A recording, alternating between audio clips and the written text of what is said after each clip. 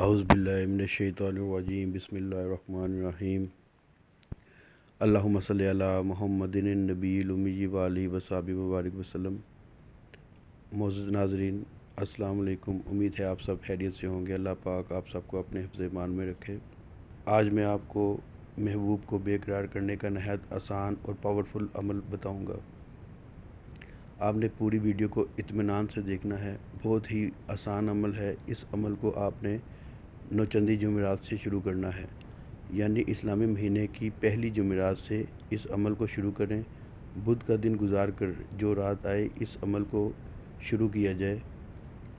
अगर महबूब या शोहर आपसे रब्ता नहीं कर रहा, अगर आप चाहते हैं कि वो आपकी मोहब्बत में बेचैन होकर आपके पास चला आए या वो आपसे प्यार करने लगे, तो इस अमल को इख्तियार करें। इंशाअल्लाह मतलूब बेकरार होकर हाजिर हो जाएगा। इस अमल को इजाज़त हासिल करने के बाद इख्तियार करें। इजाज़त हासिल करने का तरीका वीडियो के आखिर में समाअत फरमाएँ। आपने इस अमल को अरूज माह की नौचंदी जुमेरात को बावज़ू पढ़ कर सो जाना है, लेकिन बिस्तर पाक साफ़ होना चाहिए।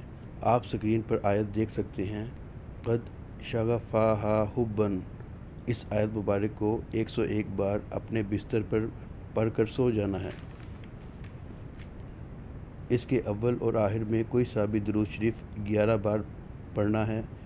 ये वजीफ़ा पढ़ते वक्त मतलूब का तसव्वुर रखें या उसकी तस्वीर को अपने सामने रखें।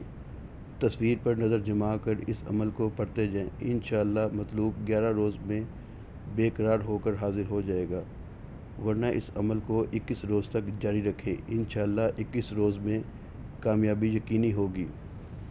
बहुत ही मुजरब अमल है। इस अमल को जायज़ मकसद के लिए इख्तियार किया जाए। नाजायज़ काम के लिए इख्तियार करेंगे तो कभी भी कामयाबी नहीं मिलेगी। इस अमल की इजाज़त हासिल करने के लिए आपने वीडियो को लाइक करना है और चैनल को सब्सक्राइब के बाद घंटी के निशान को ज़रूर प्रेस करना है। घंटी के बटन को प्रेस करने के बाद आपको इस वजीफ़े की इजाज़त होगी। इंशाअल्लाह एक और नई वीडियो में आपसे दोबारा मुलाकात होगी। तब तक के लिए अल्लाह हाफ़िज़।